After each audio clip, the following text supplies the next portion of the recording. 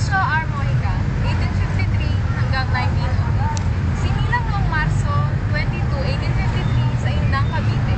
Kinilalang manghihipagsik dahil sa aking tapag sa paghihimok sa mga Kastila sa labanan sa Indang at Alfonso, Cavite at Balayan, Batangas noong 1896. Himagsikang Pilipino.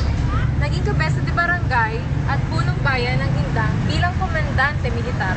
Siya ay hinirang na ni General Emilio Aguinaldo noong Enero 1899 at itinilaga sa Leyte bilang gobernador militar.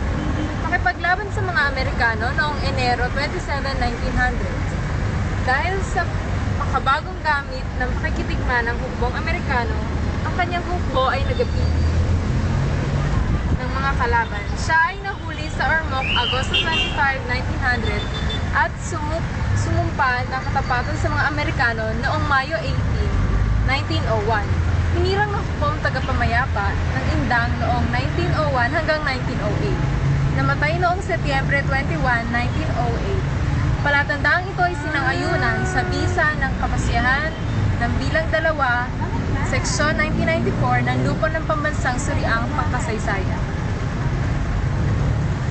Go. Raimundo ano to? Joshua.